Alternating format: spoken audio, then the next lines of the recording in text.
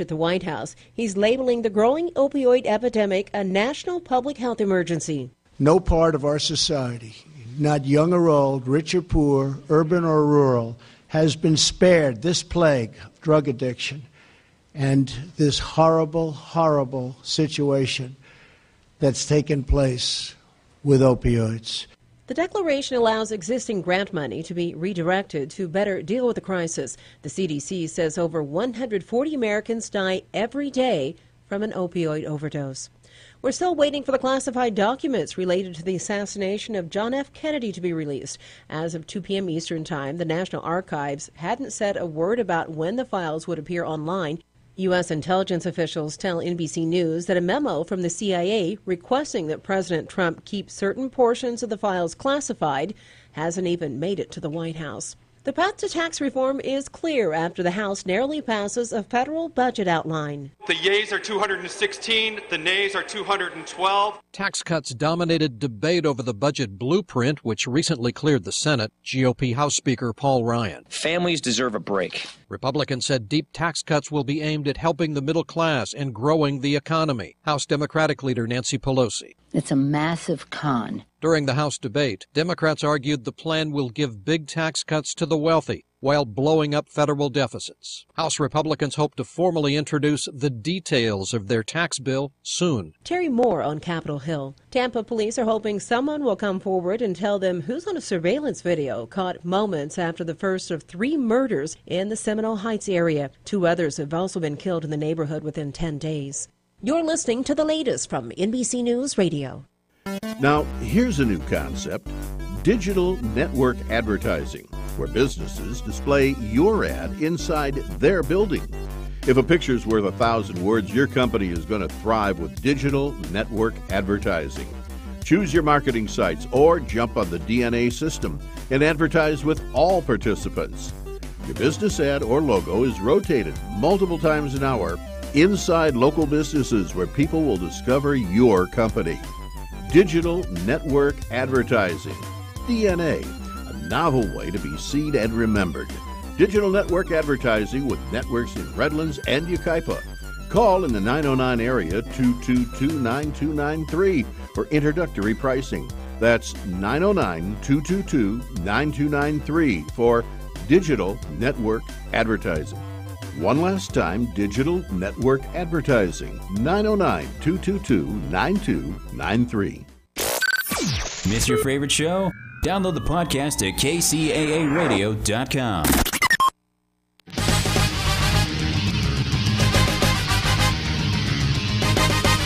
And now, ladies and gentlemen, it's time for the greatest real estate investment show ever. Here's the flip-flop investor himself, Todd Bayer. Hey everyone, welcome to the Flip-Flop Investor Show. I am your host, Todd Bayer, the Flip-Flop Investor himself. We come to you every single week and talk to you about real estate investing here in the Inland Empire, as well as really. This show is for the new people out there looking to get into real estate investing, and for people that are seasoned pros in real estate investing. I think for all people out there, you'll find all kinds of great information for your real estate investing career, and for those people that are interested in getting into real estate investing. Always come check out the Empire Real Estate Investment Club. You can find all the information on that on meetup.com. Go check out the Inland Empire Real Estate Investment Club and come to one of our meetings. We'd love to have you out there. On this show, we get together every single week and talk to a local investor. Sometimes we talk to new people, but today we have a investor and a contractor, which we actually did a show with prior to this, and we are now going to do our part 2 of this, which is about construction costs and how to evaluate your rehab jobs essentially. Danny Ruiz, how you doing? Doing good. Glad to be here. Awesome. Thanks for having me. So since we talked last, we've done a deal together. Yes. So we did a project in Diamond Bar or Walnut. I don't know what you want to call it. I think it's right on the border. It's on the border. It could be either or. And that project is going to be an escrow here pretty soon, I'm sure. But that project was sort of a. It's in a nice area, but it's not a high-end home. Correct. It's a mid-grade home, and so I know we kind of struggled a little bit on the rehab because we did want to make it really nice. But we also had to realize that this isn't $1 million home or multi-million dollar home. So maybe some of the things we decided not to do to sort of save on costs. And I think a lot of people out there that have gotten into some of these rehabs, they don't understand the differences sometimes between like a low end, a mid grade, like a high end rehab. And so I think we could start off a little bit and talk about some of the differences between low, mid, and high. And some of those things I guess would be, let's start from the outside of the house. When we're talking on the exterior, if you're going to do a low end rehab, what sort of a low end exterior would you expect to have on a house? Well, on the low end side, there's always certain things you probably want to do, whether it's a low end, mid, or high end rehab. You definitely got to get the landscaping, everything cleaned up, because a lot of times you're going to these houses and they're just we're investors, so we're buying really distressed property. So you got to almost get it down to the dirt, and then you really got to determine if you're going to put sod down, or if you're going to do seed. If you're going to do seed, you got to really get with somebody that knows what they're doing, because you got to get it going right away, and you got to really maintain it. But seed is definitely the cheapest, but it just takes longer, so you have to plan for that. Plus there's people, oftentimes working on a job site, planting seed, stay off the grass, otherwise they might kill the grass to try to grow, because they're going to stomp the seed in the ground and stuff. Yeah, it's really tough to keep your construction workers off the grass and just keep them on the concrete. You almost have to put a fence up once you put the grass up, which is even that's tough. But there's alternative options, like you can do decomposed granite in certain areas. It's pretty cheap. And water conserving. Water conserving. You can do that whole just drought-free type of landscaping. It's pretty inexpensive. Mulch is cheap, so you can do that in a lot of areas. Yeah, in a lot of places you can actually get mulch for free. Right. As long as you have a truck loaded, if you go down to where they do the green recycling. Exactly. Yeah, that's a good trick. Mike, your project manager told me there's a spot on Riverside that he goes to, gets made truckles that he wants. I think maybe it's free or $10 or something like that. Ground cover is really inexpensive. Yeah, ground cover. Sometimes you can get compost. Yeah, and you can get firewood. Sometimes if you really want. Right.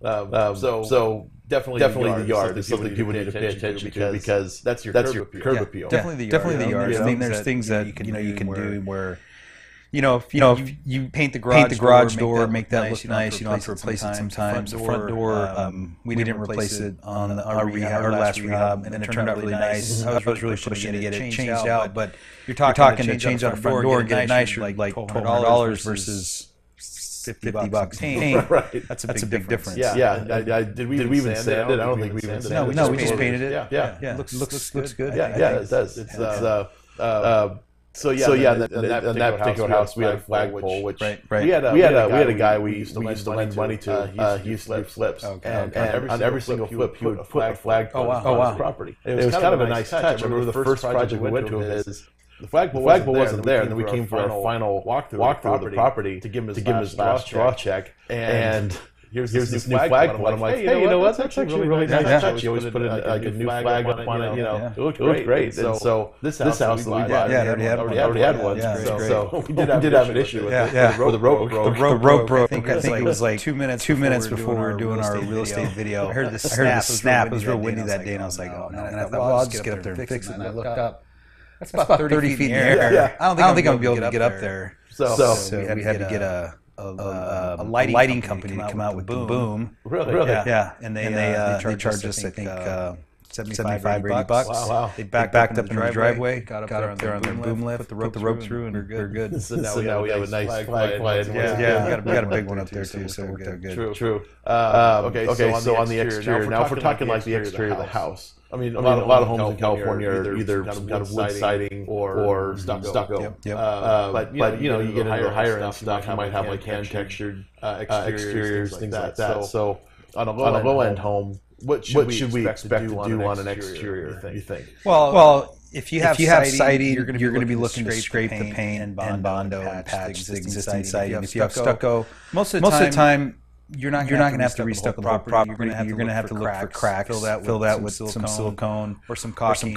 And then what I like to do is, if there is a crack, You fill it with some silicone, and then you actually stucco over it so that you're not just painting over a crack. So they have there's a lightweight stucco patch that you can buy, and then you can just trowel it over, and then once it's painted, you never even see that there's a crack. So that's probably something that you can do pretty inexpensively. So when you do paint, it looks like you have a pretty good stucco process. And stucco cracks often get called out on home inspections. Exactly. If you can fit a dime at the edge of a dime to crack on a house, it's going to get called out. Yeah, they're looking for any reason to try and save some money, right? They don't want to spend money if there's some foundation issues. Which we live in Southern California, and there's earthquakes every day. Right. Every house is going to have settling. Every house is going to have cracks.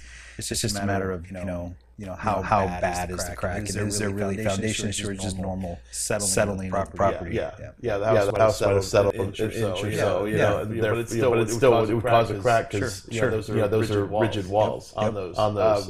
Now, when you talk about wood siding, are there different types of wood siding? There's like a shingle type siding where they're real small, and then there's vertical boards that go, or actually horizontal boards that go across. And there's different materials in the siding. So typically on the older houses, it's going to be it just depends. It's hard to say. Yeah. I know a lot of times you can get real wood, which is like a solid wood siding. Then they have the MDF stuff, which is a little cheaper, but it's also kind of spongy if it gets wet. If it gets wet, and they also have the hardy board, the cement board siding. I like to use that, and it actually is a little bit less expensive than the real wood siding. Oh yeah, definitely. The cement board strips, and I like those better. Yeah.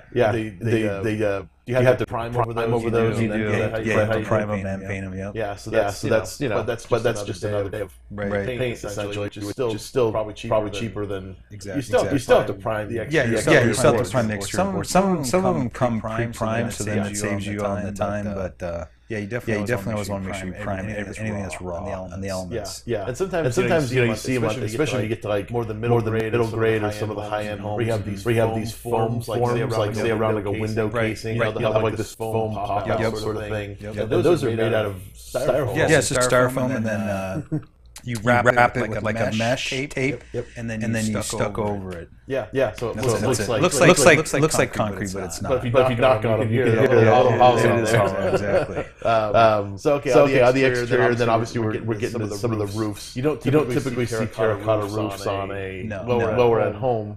You're typically going to find I know a lot of the lower end homes we've bought have like rock roofs on them, or some kind of a composition shingle. Other types of roofs I've seen. Well, some of the older, smaller Spanish style homes might have some tile roof, but most part they're going to have asphalt shingles. And you just got to cross your fingers and hope that they're not at the end of their lifespan. You can in certain cities apply multiple layers on top of the shingle. I think it's three layers is probably the max in certain cities. So instead of like ripping off all the shingles and putting down the plywood, you can go right on top. That's an option if you want to save some money, and it is to code. You can do it in some situations. But just hope that you don't have to do it. That'd be ideal. Get up there with the water hose and go to town. And then I always hear this term, three-dimensional roof. What is a three-dimensional roof? Three-dimensional roof? That's a good question. I don't know what that is. You don't know what that is either? Yeah, people say it. People say three-dimensional roof. I have no idea what they're talking about. We'll find out. Yeah, we'll find out. What do you think that means? I I assumed it meant the roof is sort of laid in a way that I think it's only double composition shingle, but I think it's the way that the shingles are laid, where it's sort of built up. Give it a three-dimensional look, but I don't know. Don't be on that one. I've said things wrong before on the show, and people tell me like, hey, that's right. That's funny. So if anybody knows out there, we'd love to hear. Definitely.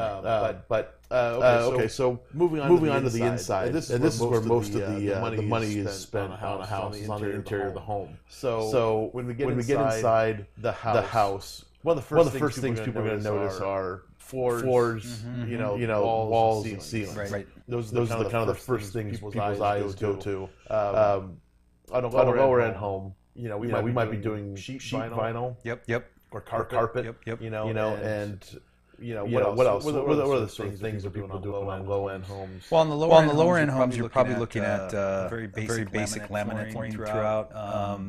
A lot of the laminates now are getting to where they're waterproof, so you can run that into the kitchen, you can run that in the bathrooms, and then you probably do carpet in the bedrooms. So there's a big difference in terms of pricing, because you can get flooring from 49 cents a square foot to $2 a square foot. So if you're talking about a 1,000 square foot house, every dollar is $1,000. So 50 cents versus a dollar, that could be you're not going to save a whole lot in labor, but the materials where you're going to save. And the carpet's the same thing. You can get some nice carpet. But you don't have to break the bank on the carpet. Right. On some of the pricing that we're seeing on the lower end stuff, like sheet vinyl. You're saying. I mean, I think I've seen stuff cheaper than 49 cents a foot. Oh yeah.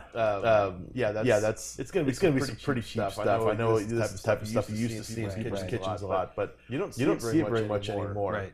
Except for one I have seen a lot lately is like that. It looks like wood flooring, but it's just sheet vinyl planks. Yeah, it's like what's not even the planks. It's literally just a sheet. It's a 12-foot roll that they roll out. Oh wow! It looks like wood. Kinda. I haven't seen too much to that, but that would probably be the least expensive option. Yeah, absolutely. It gives you the book, but without the cost. But the thing is now, I mean, like you're talking about a 1,000 square foot house. If you go with like the laminate, where you're getting some of this, it's an engineered wood product, where it's actual wood on the top of it. The price on that stuff has come down quite a bit over a few years. So I think a lot of people are tending to use that even on lower end homes because the price difference isn't that much. Right. It's definitely better. Much better. Yeah, it gives you the look, and it's at least real wood, so people are more likely to see that as an upgrade. Right. I think when we talk about all these things we do to a house, we also want to talk about marketability and what is going to work best. Like marble tile is not really in right now. So you did a new house, did it all 80s fabulous with marble tile all throughout. People are going to kind of say, "Oh, this place is dated." Yeah. So you may lose buyers because of that. It's a very strange choice to go with now. So people don't typically go with the marble. I've seen the price on marble come way down. But in terms of what you're talking about, if you're doing an entry level house, most of the time they're going to be within the 900 to 1,200 square feet. So if you minus out the bedrooms at like let's say another 300 square feet, you're only really talking about say $600 to $700 actual flooring that you have to pay for. So if it's $1.25 versus $1.50, and you can get the better material at $1.50, then you're going to probably want to go with that. Versus if you get into a bigger house and it's 3,000 square feet, now you're talking 2,000 square feet of flooring. Every 50 cents makes a big difference. Sure. Yeah, I see what you're saying. Like on a lower project, you can maybe bump up your quality a little bit. Yeah, it doesn't hurt as much. Yeah, it doesn't hurt. It might cost you a couple $100 more overall, but you might end up getting fired the day you list it. Exactly. So you also have to create that emotion when you're selling a house. So it has to appeal to a wide range of people. And wood's in right now. It's one of the things. I've not seen as much ceramic tile as we used to see. Travertine's not really popular anymore. I used to see that a lot. People put that a lot in bathrooms. Not really doing it anymore. The only kind of tile I'm seeing in houses now are in kitchens on the backsplashes. Right. That's the only place I'm seeing tile anymore. Yeah, it's really tiles a lot more labor intensive. I know a lot of landlords still like tile because it's really easy to maintain. It's durable, but people just don't like it. It's very hard, very cold. It's travertine. It's very porous. So mold grows around.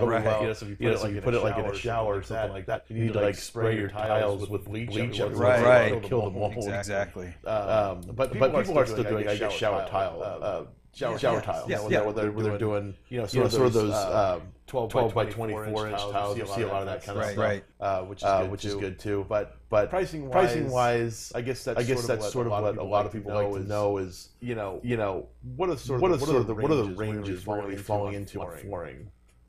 in terms of material or material and labor, basically. Like what if we're talking like on the low end, where should we be falling in price wise? Mid-grade, where should we fall in price wise? High end, where should we fall? I would say on the from a material standpoint, you probably don't want to get anything under the dollar a foot. If you can, stay above that price point. 90 cents to $1.25 somewhere in there. And then on labor, if you really have a good resource for flooring, you can probably get them for like $1.50 a square foot. Okay. But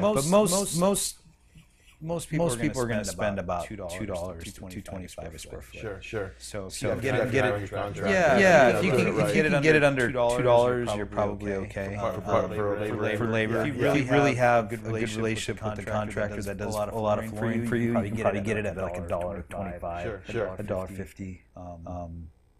So that's probably a good range. If you're getting into the high-end stuff, you're looking at $7-8 a square foot for like real wood. That's just material, and then you're looking at like probably if it's glue down on concrete, you're talking about $250 for a 5-gallon glue, which you're going to need about maybe 10 buckets of that to do the whole house. So then you're talking another $2,000 in glue, and then you're looking at maybe $5 to $7 installation. So you're talking probably $15-16 a square foot installed for the high-end flooring. Sure. Yeah. But that's going to be times 1,500 square feet. Oh yeah. That many 1,500 square foot high-end homes, though. Right. The higher end stuff, you're talking probably minimum 2,500 square foot homes. Yeah, we did a house in Hermosa Beach, and I think just the flooring alone was about $30,000. Jeez. Yeah, but that's just the material. Yeah, that's on high-end rehab, but it's pretty expensive. Absolutely. Yeah. I've put real hardwood in houses before. Most recent home I put all real hardwood in was in Corona, and boy, it took a lot of work just to find the cheapest possible hardwood work. Because I got, what did I get? I think it was walnut flooring. It was tough, but I think I managed to find it for like $4.20 a foot. And then to install it, I think the guy only charged me $3 a foot to install, and then the glue is glue, so it's always going to cost that price. So it wasn't bad. I think I might have under budgeted it a little bit. I think I'd never put real hardwood in. I think I might have screwed up a bit on the pricing. I didn't expect it because I forgot about the glue. Yep. The glue. Yeah. You think it's not going to be even on like subfloors where I'm nailing it down, I'll still nail it and glue it because that'll just eliminate any of the spikes. But if you're doing a high-end rehab, you can't put laminate down. You have to put either real wood or some type of natural stone. I mean, because the buyer's going to expect that. Some people were doing. I mean, you can still get away with carpet. Yes. In a lot of carpets, a lot of rooms, living rooms, things like that. But they have some good carpet. You can tell the difference. And I know you see people with like Home Depot, and they go up there to the carpet samples. They scratch it with their fingernails. Checking for the thickness. Right. You can tell that cheap stuff that we used to get for $7 a yard. The apartment grade carpet is what they call it. We put that in a lot of like lower end homes. But the price on that apartment grade stuff has gone up. It's now like $11 a yard. Right. And I can remember paying $11 a yard for the mid grade stuff. Nylon that was pretty thick, hypoallergenic and all that. So as far as carpet goes, is Berber still sort of the go-to for high end stuff? It changes a lot. You kind of have to look at the areas, and everybody's going to have their own preference as a designer or contractor, investor. I like to keep it somewhat neutral on the rehabs. Don't want to go one way or the other. So Berber's still pretty popular, I think. Yeah. What do you think? Yeah, I think so. We see it. It's when you go to the flooring shops, like they tend to know what people are liking, and stuff that people like is usually right up front in the most obvious places, because that's what people are going in there looking for. If you want the AstroTurf that used to be popular for people's patio, that's way in the back of the flooring shops, in a specialty book that they have to find, blow the dust off. Okay, so flooring obviously is one of the biggest expenses, probably about the second most expensive thing you do in a home. Roofs are probably most expensive. Roofs probably the most expensive thing. As long as you don't have any major plumbing issues or major electrical issues, the flooring roof, it can be pretty expensive. But flooring, we pretty much do flooring in just about every single house. So it's something that people need to be aware of. Stay up on your designs, stay up on your costs, because that one can go high. The next one is we get to let's talk about the walls, I guess, because we're talking about the things that people see when they first come in. They're gonna look at walls, and a wall is not just drywall, and that's it. There's the walls, a lot of times there's nail holes, there's bad texture. One of the easier fixes is to patch the holes and then just retexture the house. So you can probably retexture a house in maybe 4 or 5 hours. Probably run you about maybe $120 in material. You got to buy some pre-mixed buckets. They sell them. Guys that do that, they have the machines and the hoppers to spray the texture. You spray it on there. You pretty much will give you a new looking wall. Right. As long as you don't have any major dents. You want to repair that. Before, kind of do a pass over it, patch all the holes, things like that. And then once you texture, you're going to have a much cleaner, more consistent look.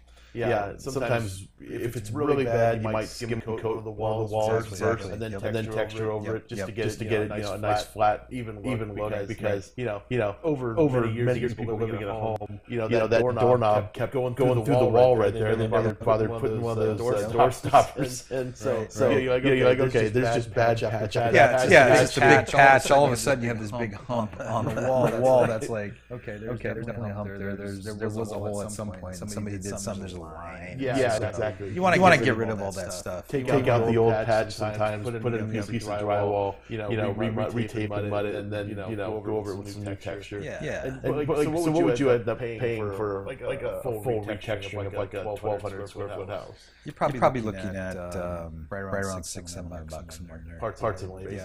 Material. Yeah, exactly. I'm thinking like an auto parts and labor. Right? How much my alternators going to be? You must have car problems right now. No, I don't actually. But I mean, actually, I had a flat the other day. There you go. Got that thing fixed, which took more time than I expected. Whatever. That's cars. You can talk about cars on another show. So probably around like the $600-700 range. And it really helps. It really helps. That's something that there's certain things where if your budget's really tight and you can't do it, and you just have to paint, well, then you do that. But if you can spend a little bit more, it's going to go a long way. The thing that I'm realizing is that you have these buyers are looking at different houses, looking at houses that people still live in. They're looking at houses that people don't live there, where the house is empty, but it's just they look terrible. And then they come to your place. Obviously, they can tell right away if it's a rehab. If the rehab isn't done, they're not really going to judge you on the materials that you use for the most part. They're going to judge you on the quality of the work and how clean it looks. If the quality's not there, they're going to just definitely throw them off. That's one of the complaints I hear a lot is like, these rehabbers, they just cut corners here, and the baseboards aren't here, and the kitchen cabinets are all crooked. That's the thing we're often accused of, corners, which I mean. We don't do it, but a lot of investors do, and that's one thing you want to try to stay away from. So they're not going to judge you. If you have less expensive baseboard and everything's tight, the caulking's there, the nail holes are filled, and it's painted, and it looks good. They're not going to have any. They're not going to be real negative on that. But if it's bad quality, it's going to turn them off. So that's really important. Sure. Sometimes people will. Not necessarily bad quality, but make odd choices where they put like these strange looking lamps in a kitchen or something like that. And they don't fit with any of the rest of the decor. Right. Sometimes people walk in and they're just buyers they have no vision. They can't. It seems like they can't walk into the house and say, you know what? If we just change out these lamps, this house is perfect. Instead, it's like, no, we don't want that one. Exactly. Swipe left. Yep. I don't even know if swiping left is right. It could be swipe right. I don't know which one to delete. Up, down, up, right or left. Swipe it off your screen. Get it out. That's right. So the walls are also when you get middle grade middle homes, you're starting to get into people might prefer an orange peel texture versus a knockdown texture, right? And some people might prefer like more of a flat look. Where you talked about the different levels of drywall. Right. Where you have like level 1 through 5. 5 being super smooth. It takes a really long time. Right. Definitely costs a lot of money. And then you have like the level 3 drywall, which is still a smooth looking wall, but if you get up real close, you can still see the pores. Right.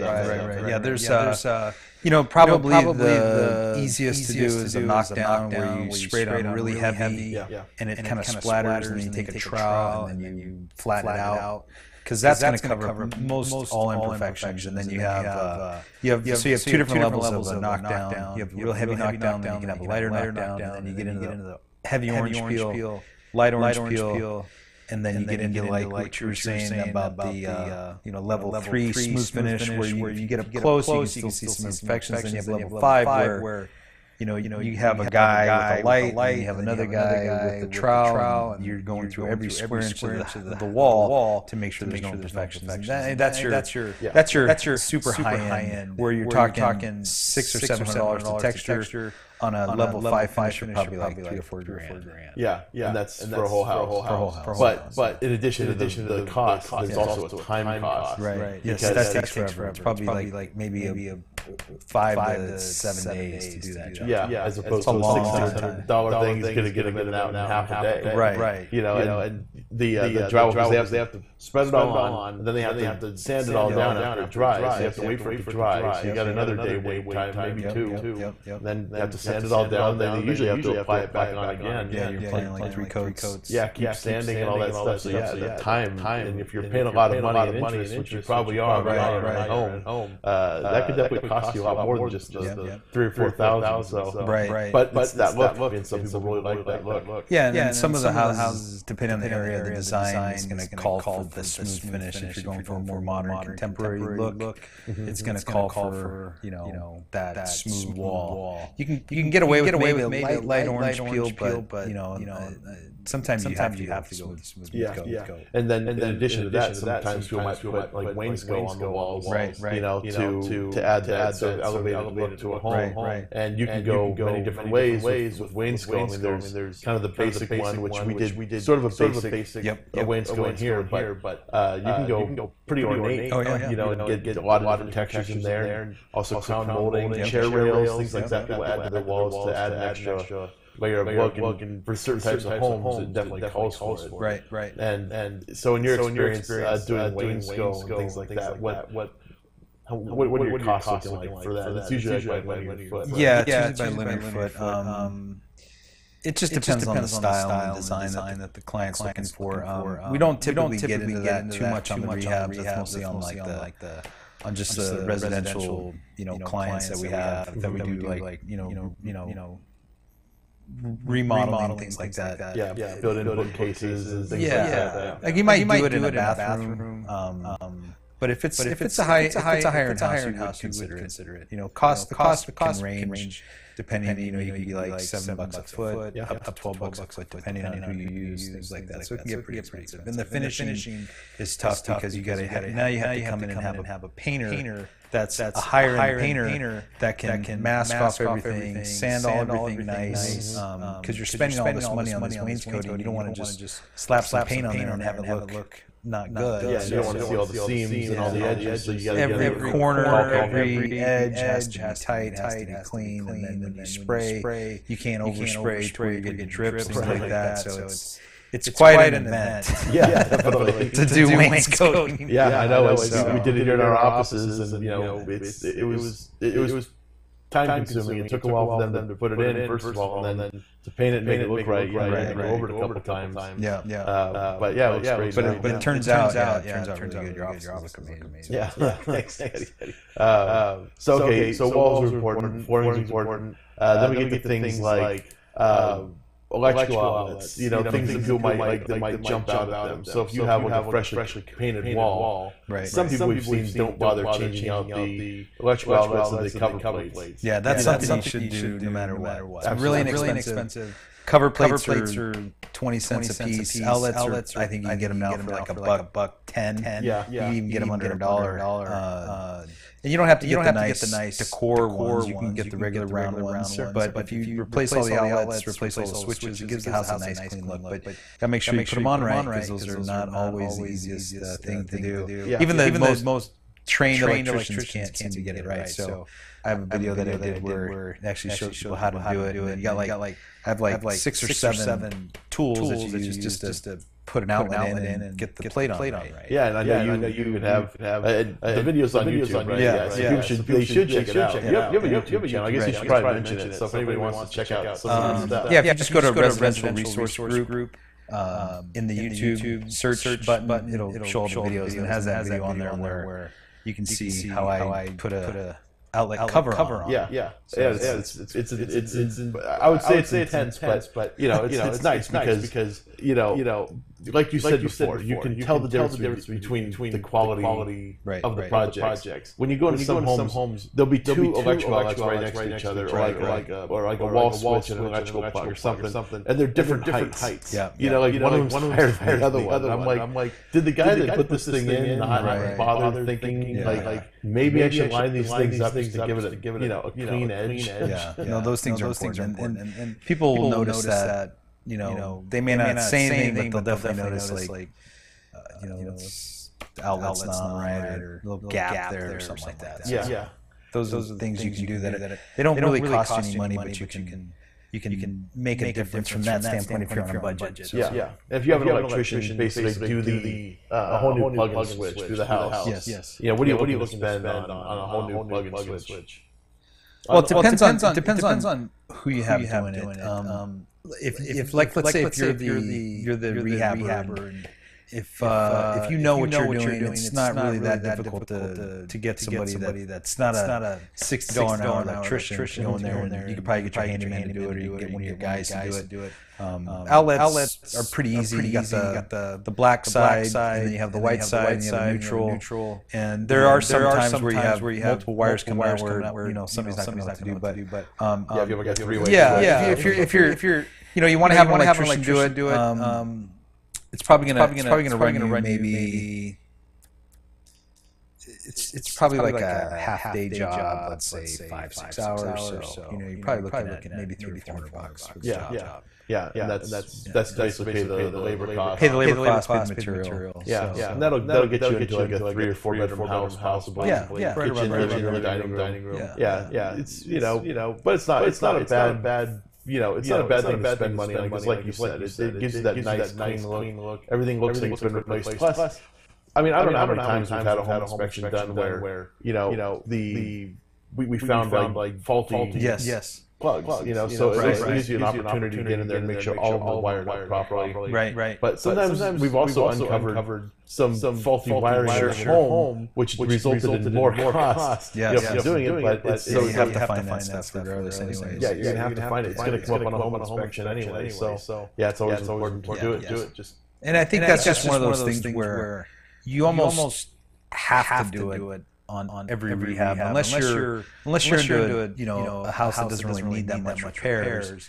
But for the most part, we're buying more distressed properties. They're going to have issues. You're going to have bad switches. You're going to have bad outlets. So just automatically think about incurring that cost. It may be $300 to $500, but you're gonna really, it's gonna be make a much nicer product. Yeah. So when we talk about let's talk about now doors and windows, because those are also going to be, people are going to see them, and when it comes to windows, we're replacing windows probably at least half the time. Where we're putting in all new windows throughout the house. And usually we're doing retrofits. Yes. You want to talk about what a retrofit window is? Retrofit, what that is that actually fits inside the existing aluminum frame. So all you're doing is you're taking out the sliding part of the window, and then you're taking out the fixed part of the window, and you're leaving that aluminum channel in there.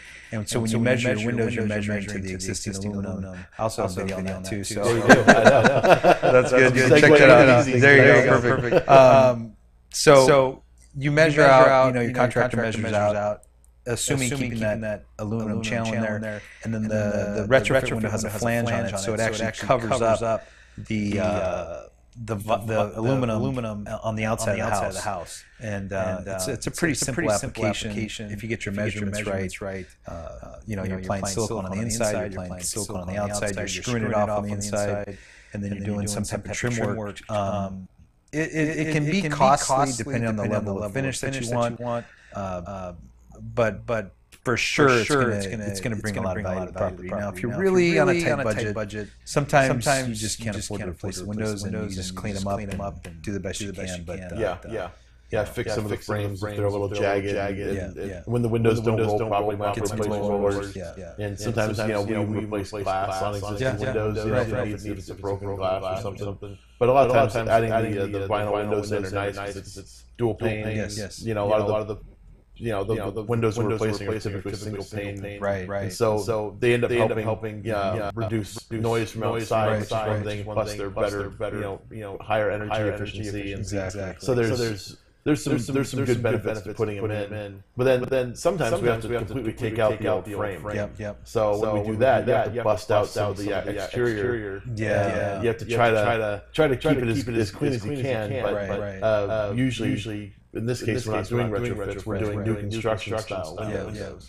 If you're doing new construction style windows, you're having to bust stucco back, and then take the frame out, and then put the new window in, paper, wire, and then stucco up to the new window. So that's quite a process.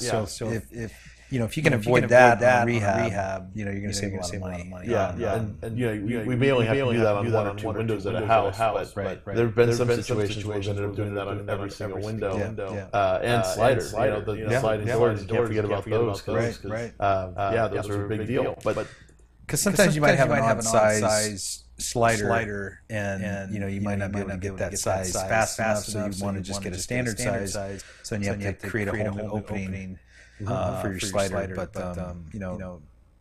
window costs can be pretty expensive. I mean, you're talking probably minimum $2,000 to $5,000 on a window install. So that's a big chunk of money. The cost of windows. I mean, if you're let's say you're doing a home with maybe let's say 15 windows and a slider.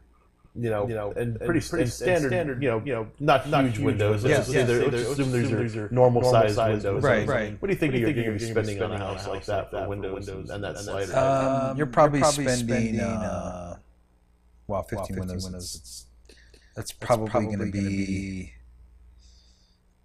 material and labor. You're probably right around like $5,000-6,000 somewhere in there. Yeah. So you're thinking per window probably somewhere around $300-400. Probably around there. And then slider maybe about $800 to $1,200 for the slider. And then install is obviously they're usually in and out in a day. Windows are pretty quick. They're in and out in a day. In a single family home, they usually can do it in a day. Yeah, they're pretty fast. I'm always amazed. Like you drive by the house, in the morning, and all the windows are already out, and then you go by at like 2:30, and they're already in and gone.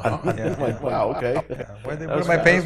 Yeah, exactly. This guy's making an hour. That's true. I mean, sometimes you start thinking that way, but then again, that's what they do, and they know what they specialize in.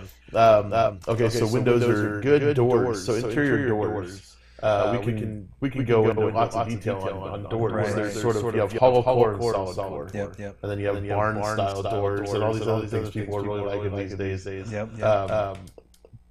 What's the difference in price between a hollow core and a solid door? Well, you have it depends on if you're going to be.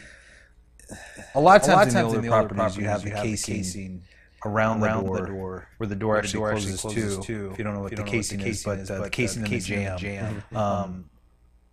Most of the time, that's pretty beat up. Yeah. So if you're going to go through the labor of changing out the door, I always recommend to change out the jamb and just buy what they call pre-hung door, where it comes with the frame and the new door. That way, because if you're trying to fit a new door into an existing opening, a lot of times the existing opening is not square, or they've already like planed the existing door to work in that frame. So you might end up costing you more to just change out the door. Yeah, because you have to end up planing the new door. So sometimes you get away with the doors being in good shape. Just really clean them up, paint them up, and you don't have to change them out. But the hollow core, just on the basic, 6-panel. You're looking at about $60, $65 for a pre-hung hollow core door, and you're probably at about maybe $100 per door with the casing uninstalled. So you're like right around, let's say, $175. But on the solid core door, those probably start at about $150. Yeah. So you're looking at another $75 per door times you might have. Let's say you have 10 doors, and now you're talking $750 more for the solid core. Right, which if you're in a higher end home, it might warrant that. But sometimes you have to also, if you don't buy pre-hungs, you want to put, if you want to put solid core doors in, you might actually have to put another hinge in. Right, you have to change the hinges. Yeah, you might have to mortise the strike. That's a lot of work. So pre-hung is just a much bigger time saver, really. And so you save money on the time. Right. I guess if you look at it that way, but it is going to cost you more for the door. Exactly. But it gives you that sort of more elevated look. And if you get into a higher home, there are some expectations people have. And having a door that has some weight to it. Right. I don't know. It's like when you close the door of a Cadillac, it closes shut. It feels, exactly. Or a Mercedes or something like that. It's not like yeah. If you're selling a house in the neighborhood and everybody has solid core doors and everybody has real wood flooring and you're going to spend $1.5 million for the property, you're going to have to get solid core doors. You're going to have hardwood flooring. You have to factor that into your rehab budget. And if the numbers don't make sense, you can't buy the house. I mean, it's really that's what it comes down to. A lot of the properties that I'm looking at now, I'm like, okay, well, this house makes sense with the $40,000 rehab budget. Because it doesn't. The numbers don't work if I have to spend $60,000. Right. So now what do I have to make it work at $40,000? So then I can work backwards from there and say, well, I got to spend this much on flooring. I can't get windows. I can't replace the fascia board. I have to stay within this $40,000 budget in order to make the deal pencil. So I mean that's an advantage that or that's one way of looking at the rehab process instead of saying, well, it has to have this much money. I mean I could rehab a property for $15,000. But it's going to be super thin. Yeah, super basic. Super basic. I mean, the numbers may work, the house may sell, but it's going to be really thin. Yeah, and the inspector probably would be a little more stringent going through that house too, because he's going to look and see the quality and assume probably more so that we're one of those cost-cutting, corner-cutting rehab. Yeah, you're going to spend $10,000 on the punch list from the home inspector. A big punch list I've ever seen, but you never know. So when we talk about things like plumbing, when we get into like bathrooms, kitchens, lower end, you're doing basically a bathroom, probably two bathrooms, and you may try to keep the existing toilet in there. You may end up trying to, you might switch it out, but you can get a toilet in a box for around $100. Right. The toilet's going to be pretty inexpensive. It's good to get a new toilet. The tub and shower, a lot of times you can reglaze those, and they come out really nice. Instead of ripping those out and putting in a new bathtub and putting in new tile is a really big expense. But there's ways to get it to where you don't have to do that expense if it's in decent enough shape. Sure. Most of the time the tubs are decent enough where you can reglaze them. Maybe above the tub you might have to do some sort of enclosure tile. Right. Yeah. A lot of people are doing tile. Like we talked about before, where they're doing the 12 by 24s or stuff like that. And there's not a lot of tile, so your cost is not going to be exactly much different. From putting up, say, you can also use fiberglass panels, for your tub to kind of make it go up. But what was it, about 6 feet? Yeah, it's about 6 feet. Yeah, so you can do that too, but it's for the time and cost of tile. Yeah, because you have about maybe 25 square feet on the right side, and then you have maybe 40 on the back side. So you have about like 70 to 80 square feet of tile. And you're talking a couple bucks, so you have maybe $140, $200 in tile. Right. So you another can $2 in install. So yeah, you can spend a little bit more on the bathroom tile, which is what I like to do. Yeah. And you can check your different local designs and see what people are doing there. A lot of people put that little pencil line in, or do something to kind of break it up. It's not all the same tile. But you can do some cool stuff with tile. Yeah. And I like it. I like tile showers still. Yeah, me too. But bathrooms also tend to have vanities in them, sinks and vanities. And there's always a debate I hear about double vanities versus single vanities, especially in a master bedroom or master bathroom, because people I don't know, maybe it's this romantic thought that people have that a husband and wife are going to use their sink at the same time. Maybe they, but in a lot of cases, especially when we get to the middle home or the lower end homes, the master bathrooms aren't that big. Right. And putting a double vanity in means you don't have any counter space. Yeah, less space for the women. The women like to have a lot of counter space. Yeah. And so like if you get into double sinks, a lot of times the one sink just never gets used. Yeah. Like you go turn the water on one side, you go to a double sink and then look at one that's being used, look at the one that's not being used, and you turn the water on, it's coming out yellow for like 30 seconds.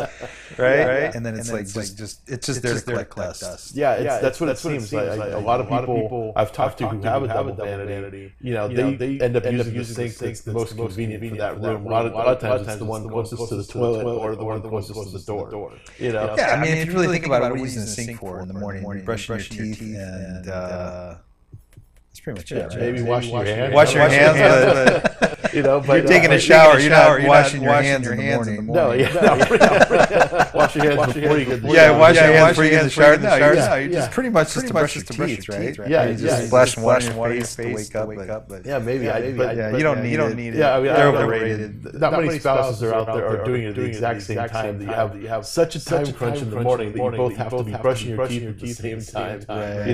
But it's. But it's one of these things that people tend to like. Yeah. They see the double vanity. You have yours. I have mine. Yeah. It might make sense in the hallway bathroom. Yeah. To have a double vanity because you think people might have a couple kids, and having both kids getting ready in the morning for school, things like that. It might make sense to have a double vanity. But in the master bedroom, I tend to think we don't need them. We don't need them. But there's this other side, which is the marketing side, and people like them.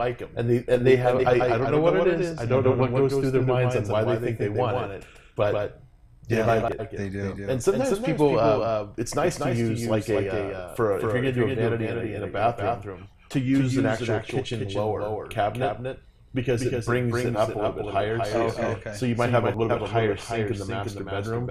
Something we kind of like to do sometimes, just because usually adults will be using the bathroom in there, and I've been to some bathrooms where you have to like really lean over. And I'm not tall. I'm 5'10". Still like lean over to like wash your hands in the sink. I mean, not like I'm washing my hands in the sink before I take a shower, but It's one of those things. It's nice to have the sink at a little higher level. Yeah. When you brush. Yeah, they do make a little bit lower. So yeah, nice. A little bit higher makes it better. Yeah. So in the bathrooms also, we have like things like shower towel. What are they called? Towel racks. Towel rollers, toilet paper holders. Toilet paper rollers. These are things that people just tend to forget about. But when we do a whole bathroom, let's just assume we're gonna put in a whole new tub, whole new vanity, whole new toilet. Probably flooring. Might even have to do some drywall repair. Let's assume we're doing a whole bathroom. Yep. What are we spending? Well, for like a guest bathroom, you're probably spending $4,000 to $6,000 on a guest bathroom. On just an average style rehab. On the lower end, you're probably only wanting to spend maybe $3,000 to $4,000. Yeah. Because the material cost is going to vary. you can get a little bit more expensive vanity for you can get a little bit more expensive tub. You can get a little bit more expensive shower valves, because those shower valves, if you're replacing the tile, you're going to want to put a new shower valve in there. Those can be pretty expensive, up to like $200 versus like $75. So you can probably chop off quite a bit depending on. But on the high end, you can spend $10,000 on the bathroom easy. Sure, yeah, because you're putting in the higher end fixtures, and that's not just plumbing, but also electrical. Right. You know, you're gonna do a nicer vanity light, but and you're not just gonna do like a piece of mirror that you mastic to the wall. Instead, you're gonna probably get some framed mirrors. You have to go to specialty stores for these things. I know Home Depot and Lowe's have them sometimes, but not the high end stuff. Not the good stuff. Yeah, not the good stuff. Yeah, then you have the shower, clear glass shower enclosure that's $1,500. Yeah, it's all glass versus having a nice curtain. Right. Yeah, curtain rods definitely save some money. On the lower end homes, we typically are putting in the curtain rods. We're doing them on mid-grade homes too. I mean, it's not uncommon to see those, and you can get nice ones.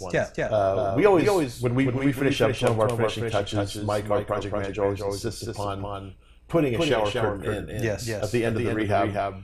Just to kind of give the shower that finished look. Right. Makes it more done, more complete. Yeah. But some people argue that it makes more sense to leave it open so that they can see the nice tile work we did in there or something. So just push the curtain. Have it halfway open. There you go. Half open. You want to show off your nice new shower valves and shower fixtures. And in the showers, you see these double showers from time to time where it's you can have two shower heads in the bathroom, so two people can take a shower at the same time. And I think that's another one of those things that people think is great, but I don't think that probably gets used once. Yeah, one side is going to have water coming out of it when you're trying to take a shower. Exactly. But it's another one of those things that people think, honey, we can take a shower here together. I don't know. Maybe it gets their minds going in the direction to make them want to move in. I don't know. Yeah. But maybe it's a good thing. Maybe it's not. But that can be expensive. Yeah. Because you got to run a whole new set of plumbing to the other side of the wall, which didn't have before. So you're probably tearing out the walls of the shower and completely running all new piping and get it all set up. Plumbers are not cheap, so you're paying double the cost there, double the material, so it can add up pretty quick. Definitely. So that's how you end up spending $10,000 on a higher end bathroom. Plus, high end bathrooms are about the size of a typical bedroom. Right. So they're they have bigger closet space, a lot of stuff like that. So I'm trying to think of anything we've left out. Well, paint color, paint selection. I mean, that's I tend to want to stay a little bit more neutral. You don't want to turn somebody off on your paint colors if they're buying the property. Somebody can always look and say, well, you know what? I can maybe we get the color to this. Once we move in, we can change this, we can change that. Just keep it neutral. Versus having like some hot paint in a bathroom or in the kitchen and turn somebody off. It's hard for me to get past that, visualizing like something's not right here. So well, hey, that's about all the time we have this week. All right, we're out of time already. I can't believe it. We'll have to do part 3. Part 3. There you go. So I want to thank everybody for tuning in this week to the Flop Investor Show, and we'll see you all again here next Thursday at 4 p.m. Remember to check out the Inland Empire Real Estate Investment Club. And I want to thank my guest, Danny Ruiz, for coming on today. Thank you. Appreciate it. Pleasure. Good to be here. Thanks, man. And we'll see you all again next week. Have a great week, everyone. Take care. KCAA Loma Linda, 1050 AM, 106.5 FM, and now 102.3 FM. The healthcare industry.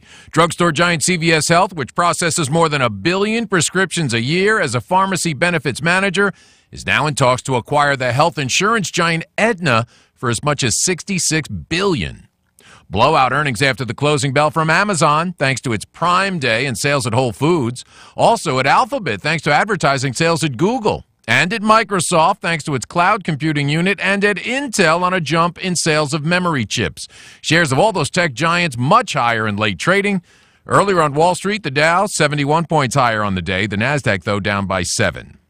Pending home sales flat last month. There are too few homes on the market. General Electric slimming down. It wants to sell its railroad division and its healthcare information technology unit.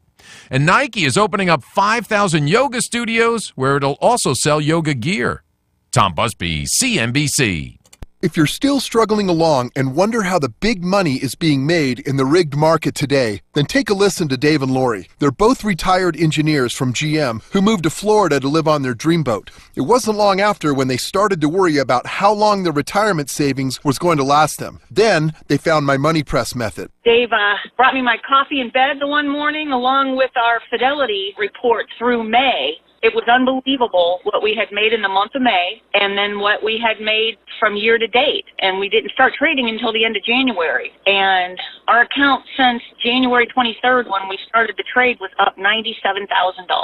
To hear the rest of their incredible story and to see the real proof, go to paycheckproof.com. That's paycheckproof.com. You don't have to be some slick trader or know a bunch of fancy terms. Go to paycheckproof.com. That's paycheckproof.com. Do it today. Individual results may vary. There's no guarantee that past performance will be indicative of future results. Invest wisely. NBC News Radio. I'm Lisa Carter. President Trump is taking action to fight the opioid crisis. In a major speech at the White House, he's labeling the growing opioid epidemic a national public health emergency. No part of our society, not young or old, rich or poor, urban or rural, has been spared this plague of drug addiction and this horrible, horrible situation that's taken place with opioids.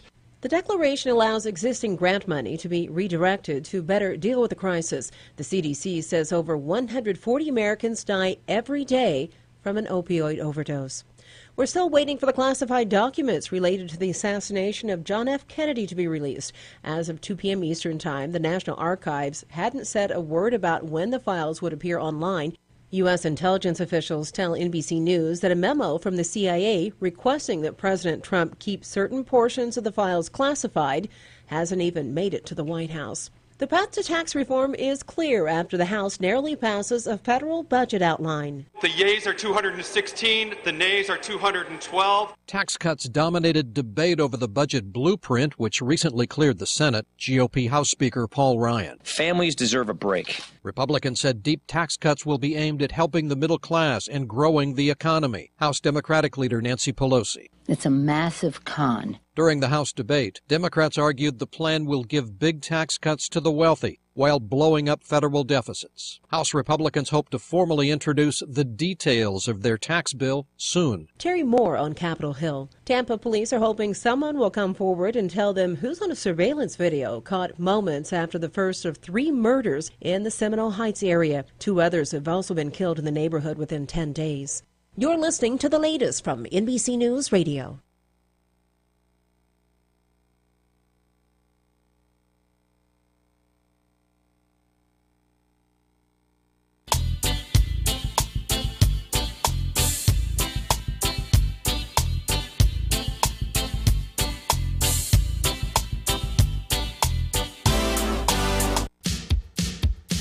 So, you want to be in show business. Do people tell you that you're really funny, you have a great personality, and you should have your own talk show? Many of us have been told that, but we don't know how to get started. It's easier than you think. Let the pros at Cali Vegas give you a free talent evaluation. Call 949-445-1119 and learn how quickly you can create, produce, and host your very own talk show. Imagine not having to sit in traffic every day, commuting back and forth to the same old boring job. Get started in television or radio today with your free talent evaluation from Cali Vegas. Call 949-445-1119 or visit them online at calivegas.com. Make your dream come true today and create your new career and learn how to become a television or radio star with the help of Cali Vegas. 949-445-1119. Call now.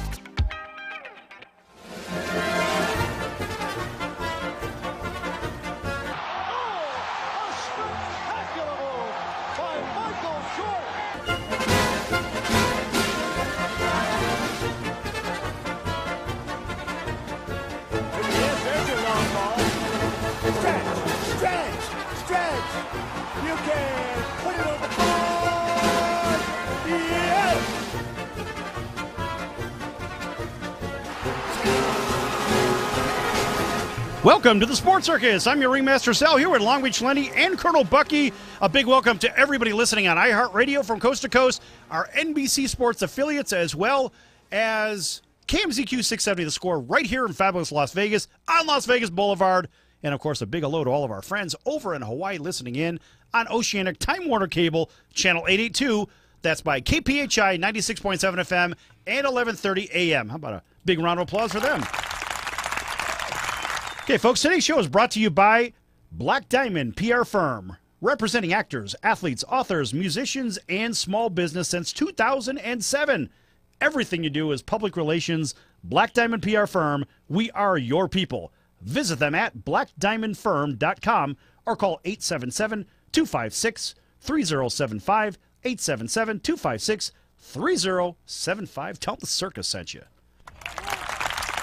Okay, and talk about a circus. What's going on in New York, Lenny? What in the world's going on in New York? New York is a mess.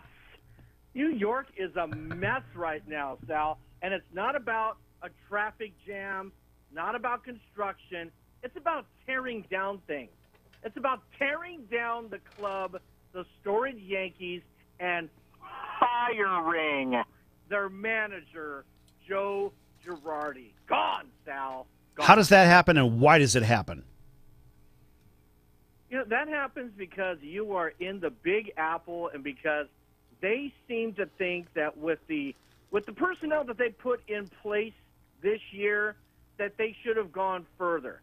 But is it fair for them? Is it fair for them to fire Joe Girardi when obviously they were putting their hopes and pinning their dreams on the shoulders of one Aaron Judge?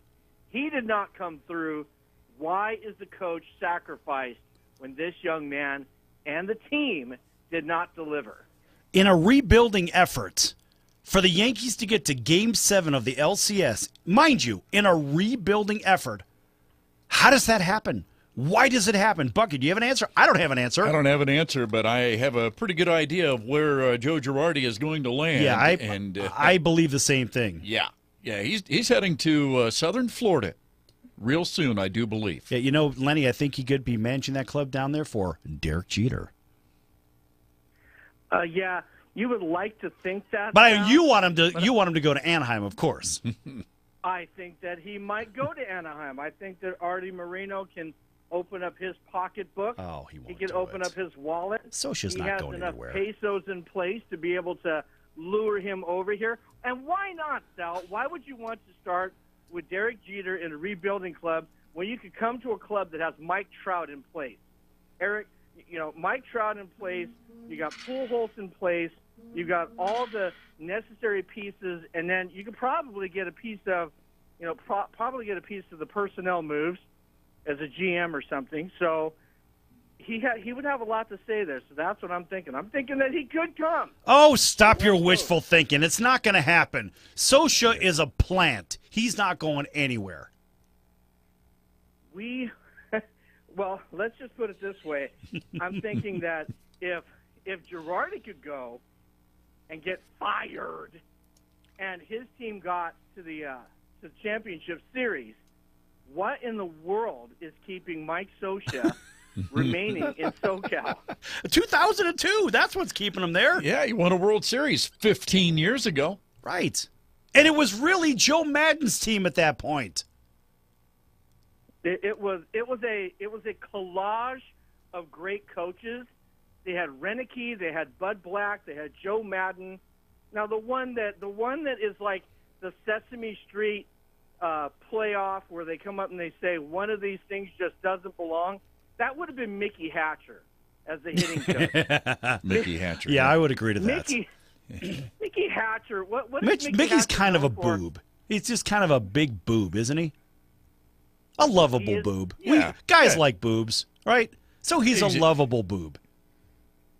Yeah, he's likable. I will tell you a funny and quick story is that I was at an IHOP with my wife Kim, and all of a sudden. Hey, wait. Let me ask you a question real quick. Was your waitress's name Eileen? No. Okay, just checking. Actually, her name was Sharon. Okay. So anyway, don't know where that was from, but anyway, we're IHOP. sitting down and IHOP. Get about that. Come on, IHOP.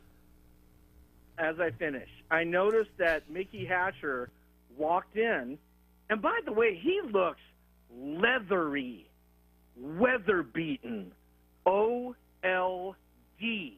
That guy looks ancient in person. So he comes in, sits down, and I told Kim, hey, that's the hitting coach for the Angels, Mickey Hatcher. He was still the hitting coach at that time. And then all of a sudden, Kim says, oh, and that's nice. He's taking out his daughter for breakfast at IHOP. And I went over to Mickey, and I said, hey, Mickey, how you doing? Nice to meet you. And I came up and I said, oh, it's wonderful that you're taking your daughter out for breakfast. He looks at me and he says, that's my wife. Oh, that's good, and that's funny. That is funny.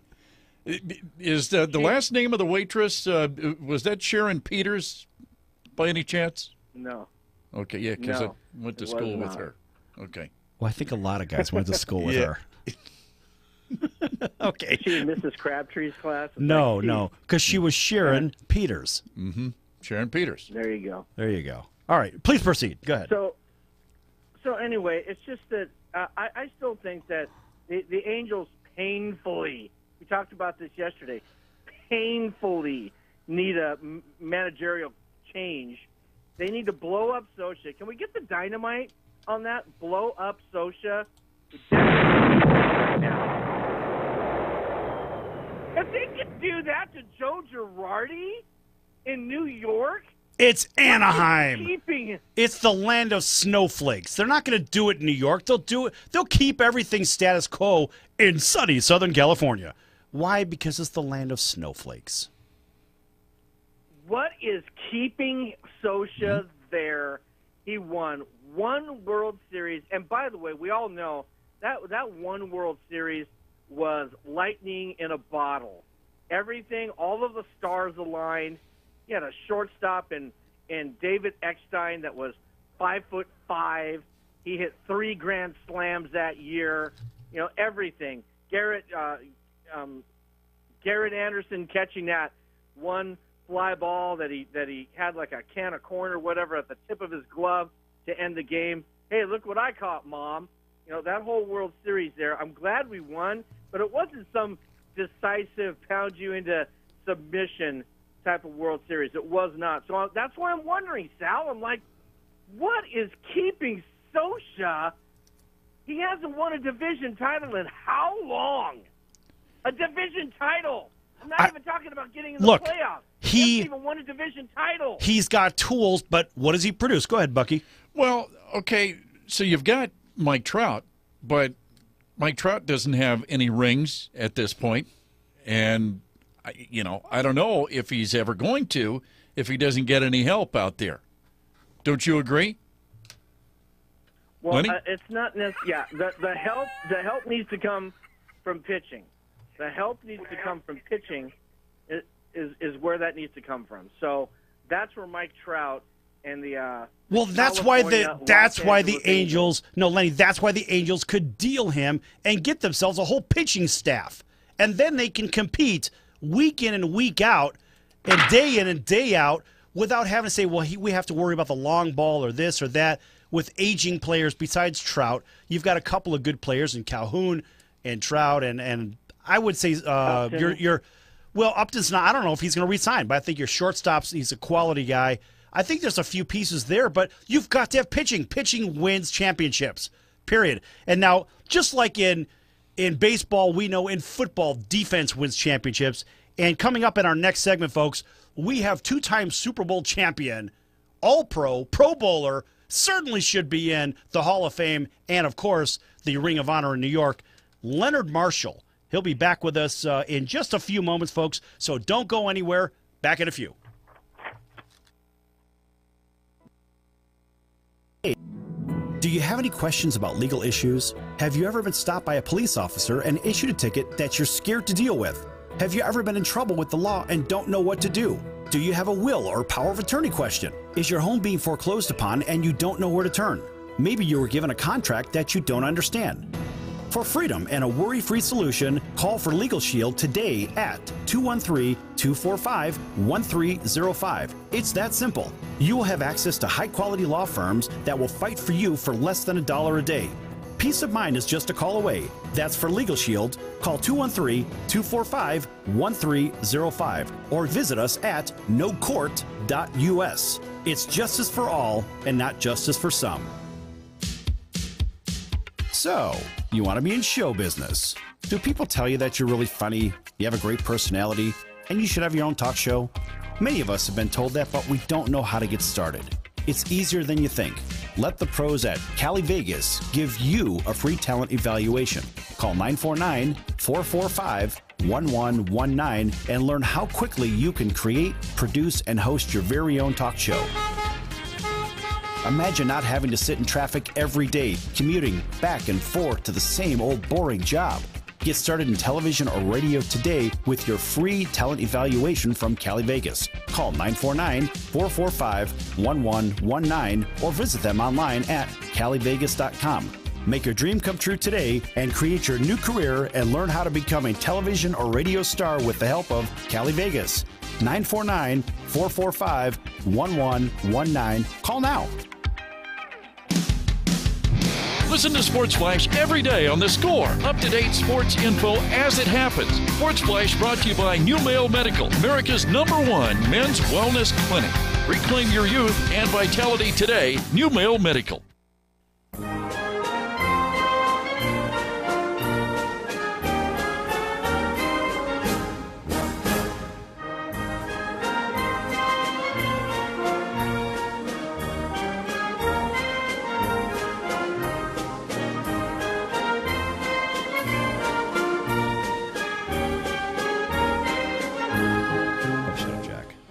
Welcome back to the Sports Circus. Yeah, Colonel Bucky here along with the Ringmaster Sal, Long Beach Lenny over there in Southern California. And, of course, we want to say hi to everybody that's listening to us today across our Sports Circus network. That's iHeartRadio. Check them out. Also, our NBC sports stations all across the country. Our home base here in Las Vegas, SB Nation Radio. That's AM 670, The Score in Las Vegas. And all the people out there enjoying the weather in Hawaii on Time Warner Cable. And welcome to the Sports Circus. This segment is brought to you by the Social Register of Las Vegas, the only private professional business networking organization with access to top business leaders with the purchasing power. They're top-level executives and entrepreneurs that make the final decision for their companies. Visit socialregister.com, or better yet, call Claire the Cougar today, 702-256-0123. That's 702-256-0123 for the Social Register. Okay, folks, and of course we are back. That was Colonel Bucky. I'm here with Long Beach Lenny, and I'm your Ringmaster Sal. Here at the Sports Circus, and we want to mention, or we want to give a big shout out to our friends over also at the Regenerative Wellness Fund. And this is a great organization, folks. What they do is they help the retired athletes, whether it's NFL or pick your favorite sport, back when they didn't make a bunch of money. And let's face it, they only made $20,000, $30,000 a year. They couldn't afford medical insurance or anything like that. So this organization is headed up by a guy named Don Horn. He won Super Bowl II. He's a backup to Bart Starr in that game. And also, Don's a great guy. But I want you to check this out, folks. He helps out athletes and retired military veterans as well. Go to regenerativewellnessfund.org or give them a call at 866-647-9405. 866-647-9405. Great bunch of people down there. Certainly recommend telling your friends and family. Maybe they have some military vets or maybe some retired athletes from yesteryear. You never know. Okay, now we are back here with Leonard Marshall, two-time Super Bowl champion, All-Pro, Pro Bowler, certainly should be in the NFL Hall of Fame, and the New York Giants Ring of Honor. On and on and on it goes. Leonard has incredible numbers. He's a great guy, a better human to the people outside of that, and a big businessman, too. Leonard, welcome to the show. Thank you, Sal. Thanks for having me, guys. Oh, you know, it's been a while. We haven't had you on since December 3rd. Yeah, it's been a while, and, you know, a lot has transpired during the last, I'd say hell, almost 9 months. Right. Yeah, but December 3rd, that's when we had you on. In fact, that was our first show when we were over on Fox here in town on a different channel. You remember I got you up early in the morning? On a Saturday morning. What? 6 o'clock in the morning here in Vegas. We had an audience of 3 people, I think. You, me, and the producer. It was still a bunch of fun, though. You guys are doing a great job, man. You're getting the voice out there, and you sports fans that are listening, stay tuned into these guys. These guys have some interesting guests, and they talk about some topics that I think are near and dear to the heart of real sports advocates. So, stay tuned into these guys. These guys are doing a great job. So, Leonard, let me ask you this. Now, I've looked up and down the New York Giants Ring of Honor, and I've done some real homework here, just like everybody else, that is interested in it. And I see 6, 7 players here that it looks like you've got better numbers, sizably better numbers. And I'm a little bit baffled. How come you're not in the Ring of Honor? What are your thoughts? It blows my mind, too, Sal. Sal and company. It blows my mind, too, because, when I sit back and I look at it, the only thing I can think of is the fact that, I allegedly joined a lawsuit that sued my employer, the National Football League, over head trauma in professional football, which is something that many of the players did not sign up for, but yet they're now dealing with and then trying to cope with life after football and the challenges of traumatic brain injury versus what normal athletes go through when they retire. Most guys, you're going to get a knee, a shoulder, an ankle, maybe an elbow injury, an ankle injury, or something of that nature. But I don't think any of us, or in the last 15 to 17 years, that we knew for a fact that we would end up with traumatic brain injury and then have to wonder how are we going to make it in this world and survive when, in fact, you leave the National Football League with no health insurance, you leave the National Football League with marginal life insurance, and you don't have the benefits that most players that play the game today or guys after 1998 have, so that they can go out and successfully manage their lifestyle and manage their families and help their kids along in life. Sure. Well, the big problem that I see here is, look, if the NFL says, or let's just say you go and play for your team, pick your favorite team, whatever it is. All right. So when you started working for the Giants, right? Because you're basically I don't know, either an employer or independent contractor. Not sure how that works. But they probably have a stack of papers, say, all right, Leonard, I need you to sign here, here, and here, and press hard, you're making 20 copies, right?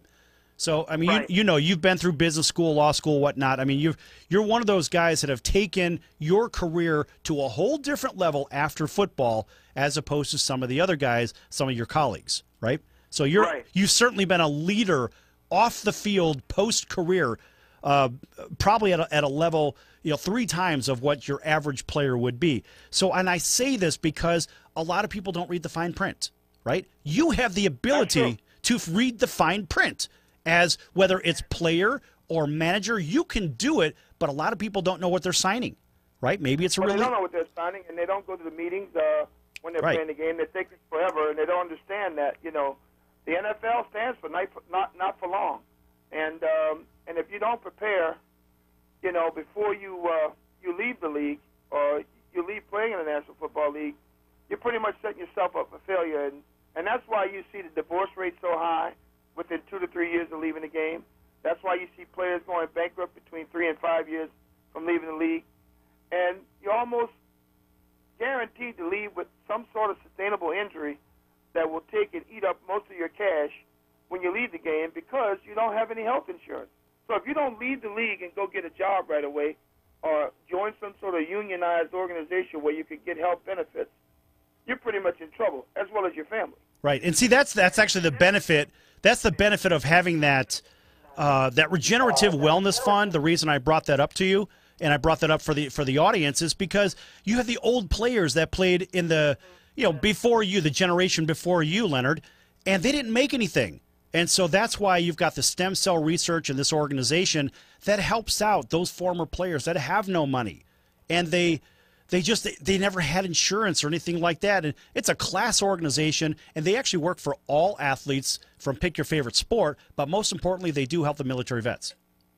Well, let me tell you something. They're doing some big things and some great things. And, I would love to talk to these people because there's a lot of my friends that are out there that are struggling in this economy and struggling in this environment and trying to figure things out, between the ages of 42 and 65 years old. And many of them don't have a direction. I met players like Jerry Kramer and Mike Ditka and some of the other guys that have played the game before me, the Bubba Smiths of the world and David Deacon Joneses of the world, who really paved the way for a guy like me from a little small town of Franklin, Louisiana, to come in the National Football League, do my thing, make a living for myself and support my family and loved ones and leave the game on my terms, leave it on my terms. And I think that's the thing that hurts me the most is, you find guys that played a decade for an organization, and yet when they leave after that decade of service, they leave with a swift kick in the butt and a pat on the back and, a good luck in making it in life because, this is it for us. This is our last hurrah. When I shake your hand and you sign this contract, that you're waiving your rights to any future compensation unless you defer compensation from the team, you're pretty much on your own from that point. Right. And so I believe that the organizations that I just mentioned, of course, I'll deal you in with that. I'll make sure, I'll text it to you. I'll give you that information. But I realize that there's a lot of guys out there, just like what you said, they don't have the resources. And you wonder, okay, fine, if they make it to the Hall of Fame, that's great. There's maybe some extra benefit somewhere financially for them down the road. But how do they sustain themselves, Leonard, when they're not necessarily trained like you are? You went out and you invested in yourself after your career on the field, and you gave yourself a career off the field. So I'm trying to think of how those players that may be in the NFL's Hall of Fame, or they may have some other Hall of Fame that they're in, how do they make extra money? I mean, we've had scores of people on this show, and they're not really doing much after. There's a handful that are, but there are the large majority aren't doing much because they probably don't have a lot of direction. Well, the one thing is you got guys that play in small markets. They don't have a chance to benefit from playing in a big market like New York, Los Angeles, Chicago, Illinois, Miami. And an organization that has a legacy of success and a history of players who have been successful both on and off the football field.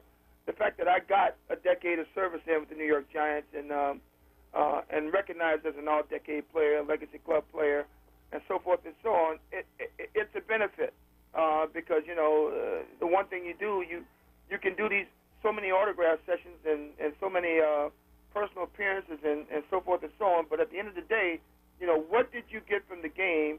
And if you did get it, why aren't you using your brand that you created while playing in the National Football League in life after football? Right. I would certainly agree with that.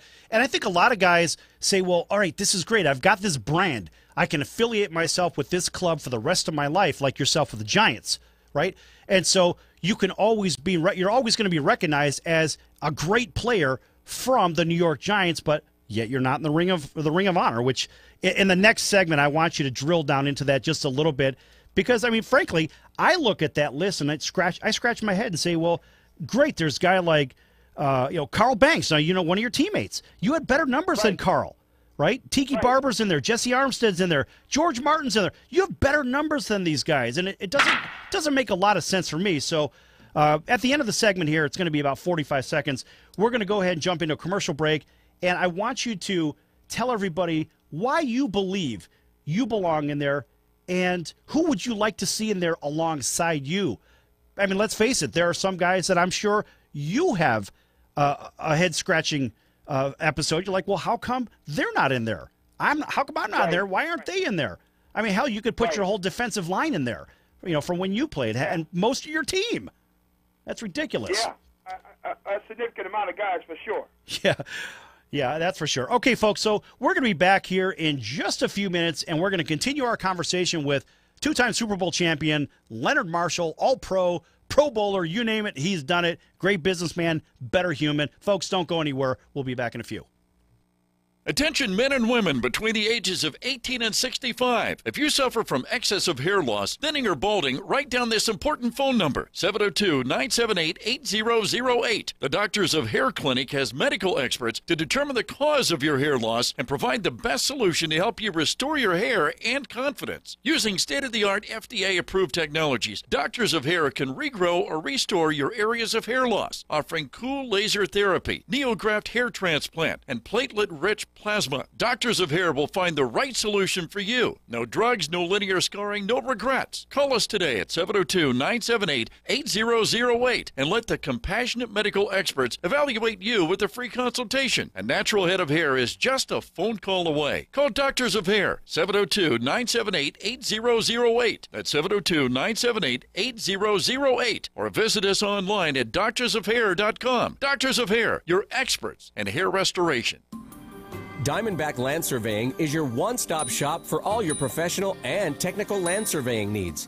They'll provide everything you need for your next site.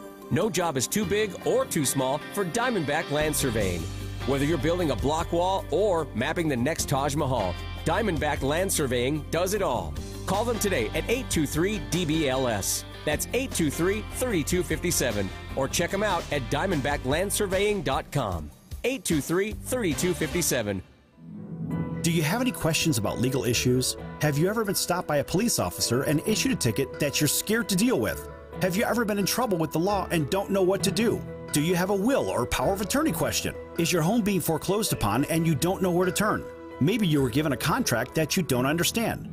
For freedom and a worry-free solution, call for Legal Shield today at 213-245-1305. It's that simple. You will have access to high-quality law firms that will fight for you for less than $1 a day.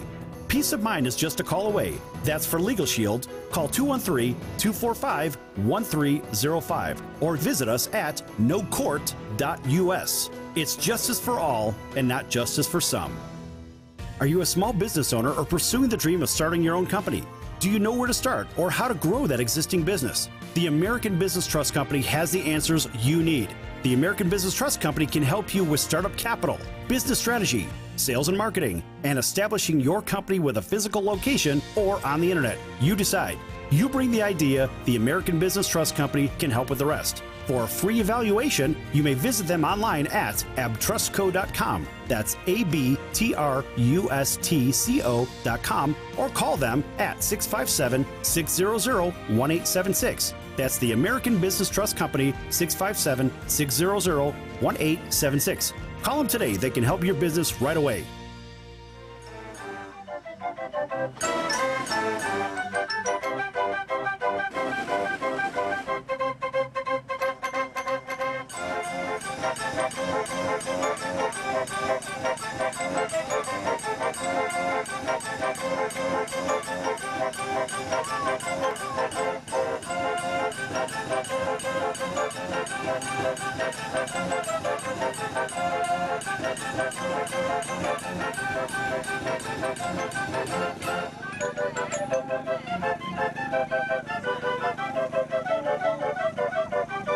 Okay, folks, welcome back to the Sports Circus. I'm your ringmaster, Sal, here with Long Beach Lenny and Colonel Bucky. Also, we're here with two-time Super Bowl champion Leonard Marshall, New York Giants, and all-pro, Pro Bowler, again, great business guy, a real do-gooder out there. And we want to welcome everybody in on our iHeart Music stations, our iHeart Radio stations, as well as our NBC Sports affiliates from coast to coast, as well as SB Nation right here in Las Vegas, KMZQ 670 The Score right here on Las Vegas Boulevard, as well as our friends over in Honolulu, listening on KPHI and Oceanic Time Warner Cable. Okay, so folks, this segment is brought to you by Leonard Marshall. How do you like that? Leonard, what do you want to promote? You're our sponsored segment. I want to promote my new device. My new device is TuckerSafe.com. TuckerSafe.com is a revolutionary product that will revolutionize the way that women on college campuses protect themselves from civil and sexual assault. All right.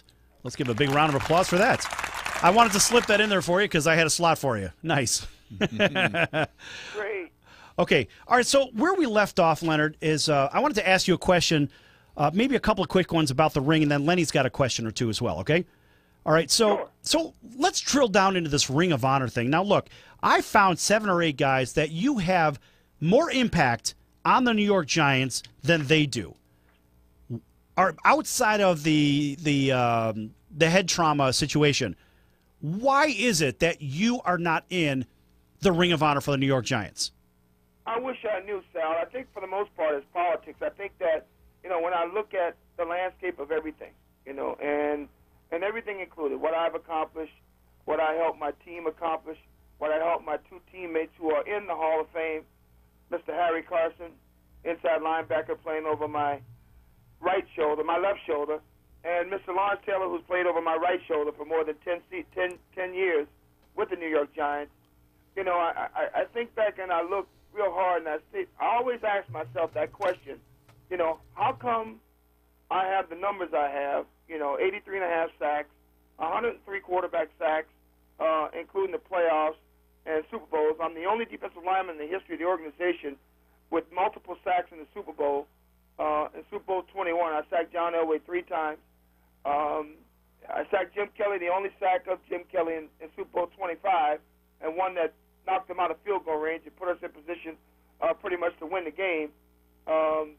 I averaged, anywhere from 65 to 70 tackles a season. I have over 700, almost 800 tackles during my tenure with the New York Giants. Compared to another defensive lineman like Justin Tuck, who has 66.5 quarterback sacks in the history of his career, which some of his career was with the Oakland Raiders, as well as the New York Giants.